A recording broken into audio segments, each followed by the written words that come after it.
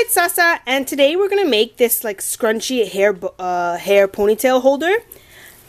See, it looks like this, and it's actually made of lace. So you just pretty much make the lace, you make a tube, and then you thread elastic through. So you need safety pin, elastic, and so I have this elastic here, and what you need about 7 inches long, because I'm gonna double up my elastic because it's a bit weak, so it's gonna be folded like this, and so it's gonna be.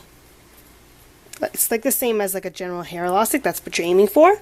And then 2 pieces of lace, see, like 2 separate pieces, and pick the wide width, and you're going to need about 60 inches long. It's about like your arm span, so stick your arms out long and then measure that and cut 2. What you're going to do, see a lace, okay, so make sure you have a wide one. See how this edge is a straight edge and this is kind of like bumpy. So we're going to take, this is one piece, this is another piece, we're going to fold this over so that you have a straight edges on both, okay? So what now I'm going to do is, because we need to make like a long tunnel, like a long tube to be able to stick the elastic through. So what we do, we're going to use the sewing machine, and so all the way along this way to the end, and all the way this way, all the way to the end. You could also do this by hand, that will work as well. Or if you have a really wide elastic, like this one is not wide enough, but if you've even wider, you could just fold it in half, and then sew just the one side, and then your hair scrunchie would be like this. See, so when you're sewing on the sides, make sure that you don't sew all the way to the edge here, okay? You don't want to sew all the way to the edge. You want to stop about here, because that way when we join it, we'll have some room to join. So right now here, I'm just going to backstitch. Okay, so look, I sewed all the way to the end, but I left it a bit open at the end. See? Okay, so now that you've made a tube, see, look, you know, open this. And you can see there's a tube, right? So we take the 2 ends, right? And make sure that your loop isn't twisted or anything. So take the 2 ends. You don't want to sew this completely shut, because, well, then where are you going to put the elastic? So what you have to do is you open it up. You just want to sew the 2 inner ones together, not the outer ones, so that there still will be a hole. Okay, so now we have our tube. And so here's the opening, right? Okay, so take your elastic. So you can pretend that this is one piece. Mine is double just to make it stronger. So you put a safety pin. Okay, you take it inside. And you just fish it through.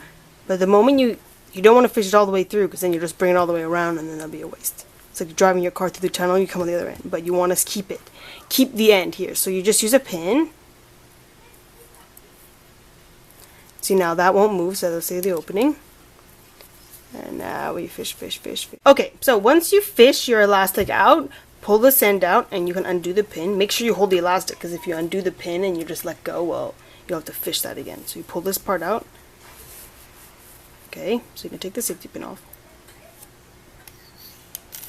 Okay, now this part, since the elastic is quite thick, it can be difficult to just sew with the machine, so we have to do some hand sewing. Yeah, I know it sucks. Okay, so we're just gonna hand sew the edges, the ends together. You don't need that many stitches, just a few, just to hold it in place, and then we're gonna use our sewing machine and zigzag over this joint area just to give it added strength. Okay, so after you finish the hand sewing, so let's just base it down a little bit. We're going to make sure you pull this out so you have more space. Place it underneath the machine. Just with a zigzag stitch. After you zigzagged around the elastic just to strengthen it. So we want to close the hole. So we have this opening here. All you have to do is just fold this under. It doesn't really matter how you do it, actually. The point is just to close the hole. And then we're just going to straight stitch right across. Here's another variation that you can do. So this is the first one that we made. This is the untwisted version. And this is the twisted version, okay?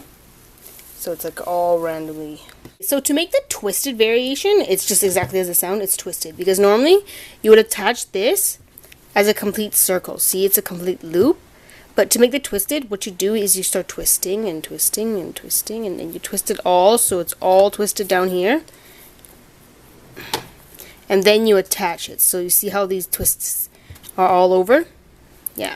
And then you make it the exact same way. Okay, so there's the finish. Finished scrunchy, stretchy.